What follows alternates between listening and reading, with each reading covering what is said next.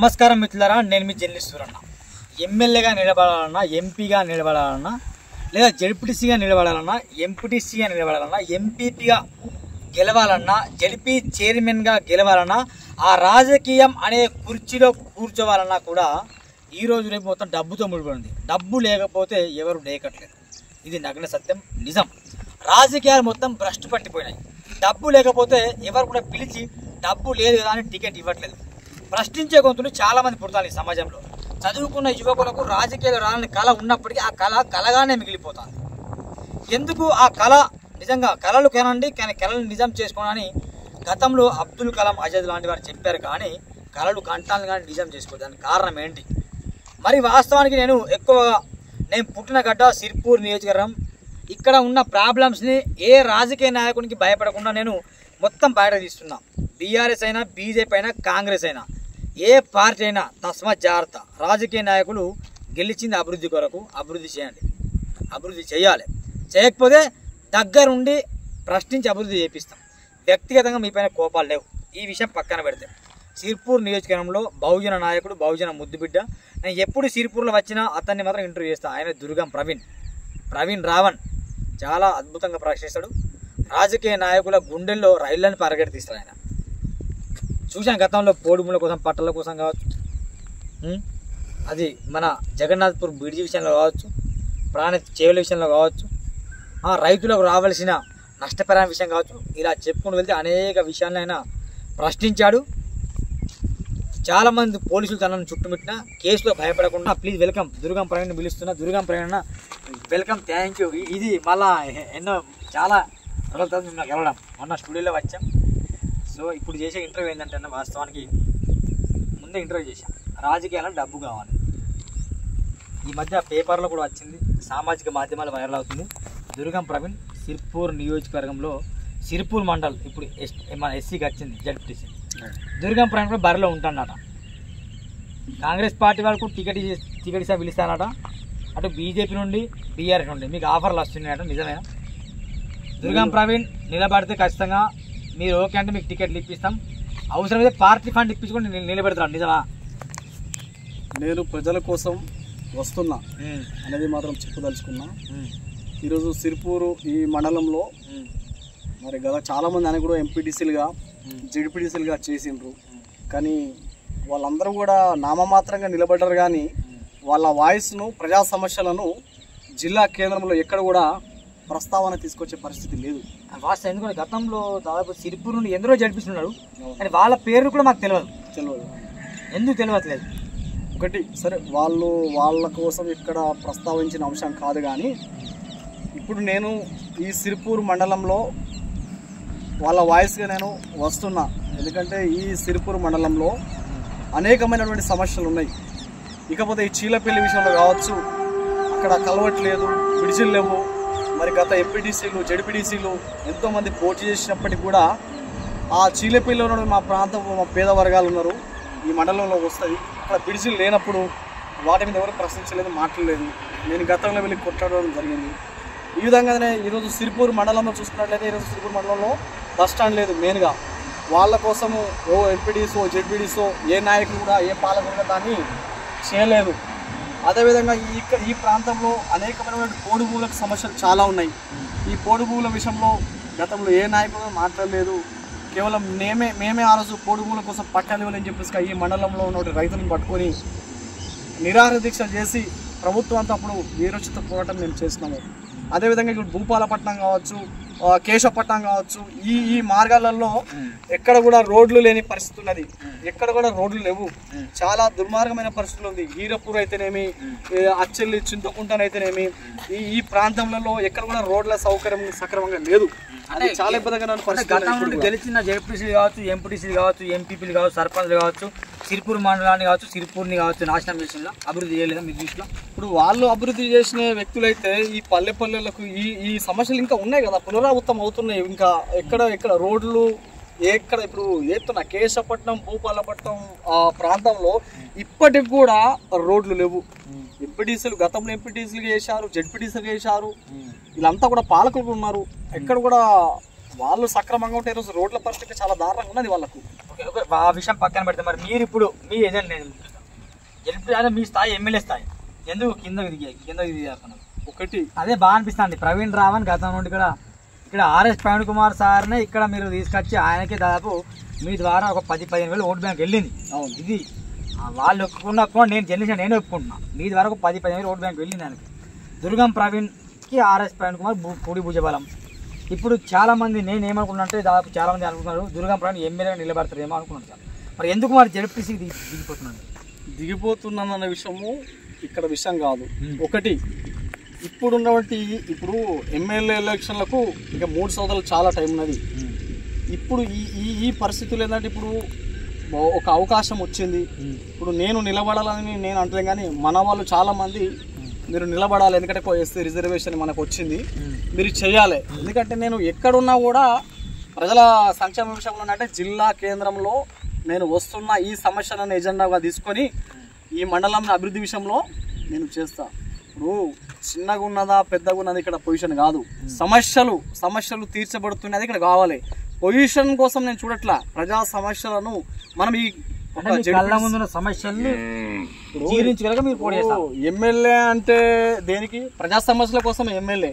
ఒక జడ్పీటీసీ అయినా ప్రజా సమస్యలను ఎజెండాగా తీసుకుంటాడు. ఇప్పుడు ఎమ్మెల్యేగా ఉన్నా ఎవరున్నా కూడా ఆ పొజిషన్ మారుతుంది కావచ్చు, కానీ సమస్యలు తీర్చే గుణం కావాలి. అందుకే నేను నిలబడతాను. ఇప్పుడున్న పరిస్థితుల్లో ఇప్పుడు నా మండలంలో అనేకమైన సమస్యలు ఉన్నాయి. ఇలా చీల పిల్లలు పోతే రోడ్లు సక్రమంగా లేవు, మహిళలు ఈరోజు రోడ్ల మీద డెలివరీ అయ్యే పరిస్థితి ఇక్కడ కనిపిస్తూ ఉన్నది. చాలా ఇవన్నీ చూస్తున్నాం, కళ్ళంబట చూస్తున్నాము. ఇప్పుడు ఉడుకులు కావచ్చు, ఈ ప్రాంతాల్లో పలు చోట్ల ఆ కలవట్లు లేవు, చాలా ఇబ్బందికి గురవుతున్నారు. ఈరోజు సిరిపూర్లో మెయిన్గా బస్ స్టాండ్ లేదు, ఒక డిగ్రీ కాలేజ్, ఒక పాలిటెక్నిక్ కాలేజ్ లేదు, కలవట్లు లేవు, మెయిన్గా బ్రిడ్జిలు లేని పరిస్థితి ఈరోజు కనిపిస్తూ ఉన్నది. సరే అన్న, ఓకే ప్రవీణ్ అన్న మీ ఆశయం బాగుంది. గతంలో చేసిన వాళ్ళు కూడా ఫెయిల్ అయ్యింది, ఇది ఒప్పుకోవాల్సిందే. ఎందుకంటే ఫెయిల్ అయిన్లో పాస్ అంటే నేను చెప్పాను, నువ్వు చెప్పావు, నేను చెప్పాను, పరిస్థితులే చెప్తాయి, అంతే కదా. గతంలో ఫెయిల్ అయ్యింది. ఇప్పుడు ఒక వ్యక్తి మినిమం సర్పంచ్గా గెలవాలన్నా కూడా ఒక గ్రామానికి 15 లక్షలు ఖర్చు అవుతుంది. అప్పుడు ఒప్పుకోండి మీరు. అవును. ఎంపీటీసీ కూడా మూడు గ్రామాలు 2 ఉంటాయి కాబట్టి దాదాపు 20 లక్షలు ఖర్చు అవుతాయి. జడ్పీటీసీ అంటే దాదాపు 2-3 కోట్లు ఖర్చు అవుతాయి, ఖచ్చితంగా ఖర్చు అవుతాయి. అవును. ఇప్పుడు మీకు ఆశయం ఉంది, ఆలోచన ఉంది, బలమైన సంకల్పం ఉంది, సిరిపూర్ని మార్చడం మంచి గుణం ఉంది. సో అన్ని రాజకీయ పార్టీలు మేము సంప్రదిస్తున్నాయట నిజమే, కానీ మరి ఆ 2-3 కోట్లు మీద ఉన్నాయా, లేకపోతే ప్రజలు ఓట్లు వేయరు. ఓకే, అంటే ఓటు చేయడానికి రాలే కాబట్టి చెప్తున్నాను. నేను కూడా గతంలో పల్లెకు పోటీకి పెట్టి ఉద్యమం చేశాను. ఓటుకో 1000 రూపాయలన్నా ఉన్నాయా? ఎన్ని ఓట్లకు కొనగలే సత్యం ఇద్దరు ఉంది. ఒకటి ఎన్ని ఓట్లకు కొంటావు? వినండి, ఓట్లు కొనడం అనేది అది తర్వాత విషయం. ఇప్పుడు మీరు అన్నట్టు మీరు అని చెప్తారు ప్రధాన రాజకీయ పార్టీలు బీఆర్ఎస్ కావచ్చు, కాంగ్రెస్ కావచ్చు, లేకపోతే బీజేపీ కావచ్చు, వీళ్ళందరూ కూడా దాదాపు మీరు అనుకున్న కోట్లు ఖర్చు పెడతారో లేదో నాకు తెలియదు, కానీ నా దృష్టికి వచ్చింది అయితే వీళ్ళందరూ కూడా దాదాపు 30 లక్షల రూపాయలు ఖర్చు పెడతారు అని బయట మాట్లాడుకుంటారు. దేనికి? ఇప్పుడు ఈ జడ్పీటీసీ ఎలక్షన్లో 30 లక్షలు సరిపోవు కదా, అది తర్వాత సంగతి. అంటే నా దృష్టికి వచ్చి చెప్తున్నా, వాళ్ళు ఎంత ఖర్చు పెడతారో మంచిదే. నేనేమంటున్నానంటే ఈరోజు నేను కూడా వాయిస్గా వస్తున్నాను. ఈరోజు ఇప్పుడు చాలా మంది కూడా బరిలో ఉంటాను కాబట్టి 20 లక్షలు పెట్టేటోడు ఇప్పుడు నేను ఉంటున్నా కాబట్టి నేను 30 లక్షలు పెడతా మాట్లాడుతున్నారు వాళ్ళు. వినండి, వాళ్ళు మాట్లాడుతున్నారు నేను 30 లక్షలు పెడతా అని అన్నప్పుడు ఇప్పుడు వాళ్ళ దగ్గర ఉన్న బ్లాక్ మనీ వైట్ మనీ కావాలి, రైట్?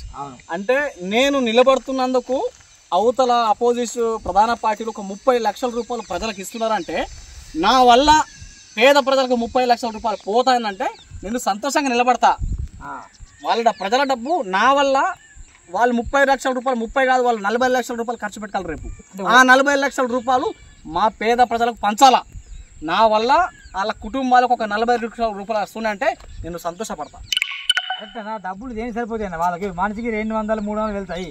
నేనేమంటున్నా, బిచ్చిగానికి చేసినట్టే కదా, ఓటు కూడా సమర్థిస్తున్నట్టే. నువ్వు అట్లంటే లేను, వాళ్ళు 30 లక్షలు పంచుతున్నారంటే నీ విజయం. నేనేమంటున్నాను, నేను నిలబడుతున్నాను కాబట్టి వాళ్ళు 30 లక్షల రూపాయలు ఊర్లలో పంచి పెడుతున్నారంటే నేను సంతోషపడతాను. వాళ్ళ పైసలు ఖర్చు కావాలి రేపు పొద్దున. 30 కాదు, బీజేపీ 40 ఖర్చు పెట్టాలా, బీఆర్ఎస్ 50 లక్షలు పెట్టాలి, కాంగ్రెస్ 60 పెట్టాలి. ఆ 60 లక్షల రూపాయలు కూడా మా పేద వర్గాల జీవులలో పోవాలి. ఎంత పెట్టాలి ఖర్చు? మరి నేను చెప్తున్నా కదా, నేను నిలబడుతున్నా, ఆ పైసలన్నీ కూడా మా వరగలకు పోతున్నాయి భయ్, నేను సంతోషపడుతున్నా.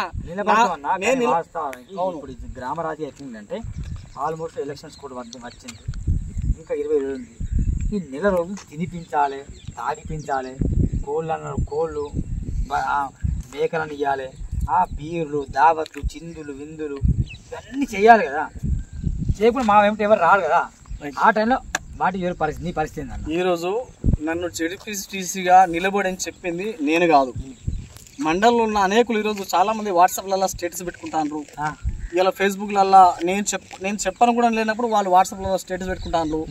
ఇప్పుడు ప్రతి విద్యార్థి అమ్మాయిలు కూడా ఎవరైతే అభిమానించే వాళ్ళు ఉన్నారో చాలా మంది స్టూడెంట్స్ 18 ఏళ్ళు నిండిన ప్రతి ఒక్క అమ్మాయి కూడా వాళ్ళ వాట్సాప్ గ్రూప్లలో స్టేటస్ పెట్టుకొని అన్న మీరు ఉండాలంటున్నప్పుడు ఇంతమంది నాకు అభిమానం ఇచ్చి ఈరోజు నిలుపుతున్నప్పుడు ఈరోజు చీలపల్లి వాళ్ళు కూడా చాలా మంది ఏమంటారు అన్న మీలాంటి వాళ్ళు ఉండాలని చెప్పేసి వాళ్ళు మాట్లాడుతున్నారు. భూపాలపట్నంలో కానీ అంటే నేను ఏమంటున్నా అంటే అన్న వాళ్ళు డబ్బులను నమ్ముకున్నారు, నేను నా కష్టాన్ని నమ్ముకున్నా.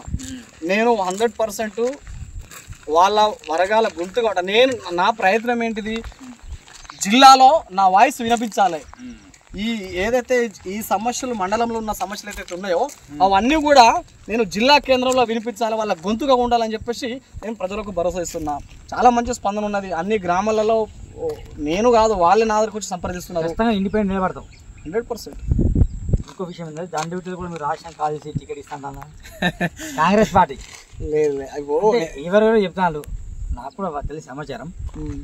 దాని డ్యూటీలో చెప్తానట దుర్గం ప్రవీణ్ నిలబెడితే బెటర్ అని కాంగ్రెస్ నుండి. కోనప్ప గారు కూడా చెప్తానట దుర్గం ప్రవీణ్ బెటర్ అని.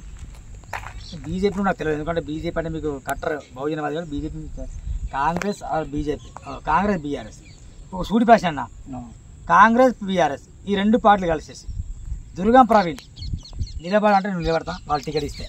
లేదు నేను ప్రజల ఎజెండాగా వచ్చిన ప్రజా సమస్యల ఎజెండాగా వచ్చిన. ఇక్కడ పార్టీలు ఇంపార్టెంట్ కాదు, ఇక్కడ వ్యక్తులు ఇంపార్టెంట్.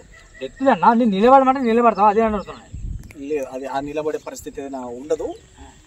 ఇంకా మనకి ఎలక్షన్ల టైం ఉంది. ఇప్పుడే నేను ఆ పార్టీతో పోతున్నా ఈ పార్టీతో పోతే నేను లేదు, నేను బరిలో ఉంటున్నాను. అది ఇక్కడ ఉండబోతున్నది ఖచ్చితంగా. ఇప్పుడు 100% ఉంటా. దీనిలో డౌట్ ఏముంటుంది, నేనే నా ఇష్టంగా కాదు ఇక్కడ నిలబడి. ఇప్పుడు ఎప్పుడు కూడా నా సొంత ఎజెండా ఒక ప్లాన్ తీసుకుని నా సొంత ఎజెండా ఉన్నది. 10 మంది నాకు మీరు నిలబడండి, మీరు ఉండాలి, ఒక చదువుకున్న వ్యక్తులు మీరు ప్రశ్నిస్తారు. ఎందుకంటే ఈ మండలంలో ఉన్న సమస్యలన్నీ నాకు తెలిసినంతగా ఇప్పుడు నిలబడే వ్యక్తులకు తెలుసా, వీళ్ళపై ఒక ఇంటర్వ్యూ ఇప్పుడు చేయండి. ఇప్పుడు ప్రజాస్వామ్యం అండి, ప్రజాస్వామ్యంలో వాళ్ళు నిలబడతారంటే వాళ్ళని కాదని అను, అది వాళ్ళ ఇష్టం. కానీ ఇక్కడ ప్రజలు చూస్తారు. ఇప్పుడు ఎవరు మాట్లాడతారు, వాళ్ళ గొంతుగా ఎవరు ఉంటారని చెప్పేసి వాళ్ళు నిర్ణయించుకోవాలి.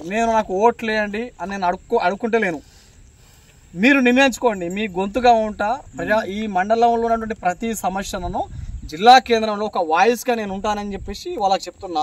అది వాళ్ళని నిర్ణయించుకోవాలని చెప్పేసి నేను వాళ్ళకు ఈ సిరిపూర్ మండల ఈ మండలం ఉన్న ప్రతి పల్లెలో ఉన్నటువంటి ప్రతి యువకులకు నేను చెప్పేది ఒకటే, ఎవరు ప్రజా సమస్యల కోసం కొట్లాడిన వాళ్ళు ఎవరు, ప్రజల కోసం గొంతుగా నిలబడే వాళ్ళు ఎవరైతే రాజకీయాలు పోతే మా గొంతుగా మరి ఆ జిల్లా కేంద్రంలో మా వాయిస్ ఎవరైతే వినిపిస్తారు, అధికారులను ఎవరైతే ప్రశ్నిస్తారు అనేది సిరిపూర్ మండలంలో ఉన్న ప్రతి ఒక్క యువకుడు నేను విజ్ఞప్తి చేస్తున్నా.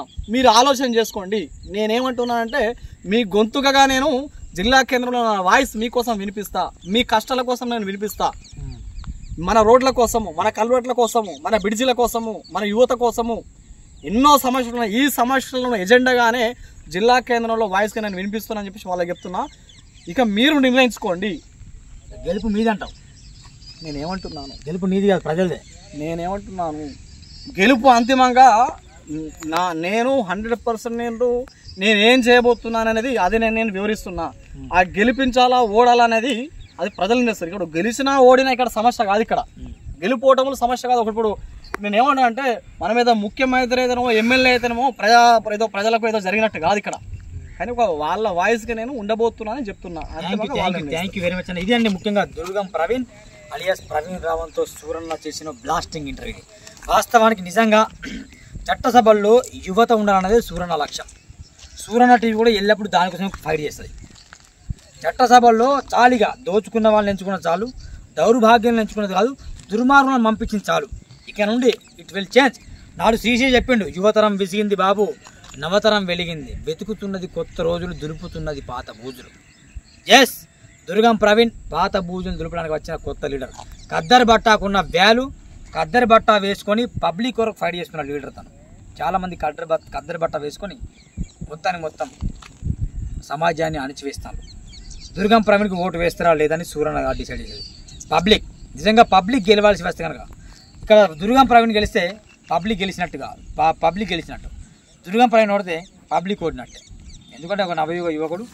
లెట్స్ మరి కోనడు కోనప్ప గారైనా దండబిట్లైనా ఎవరైనా ఇప్పుడు నేను చెప్పే వీళ్ళకు సలహా ఏంటంటే, దయచేసి దుర్గం ప్రవీణ్ లాంటి వ్యక్తుల్ని కనుక ఆదరిస్తే కనుక ఖచ్చితంగా గెలుపు మీకుంటుంది.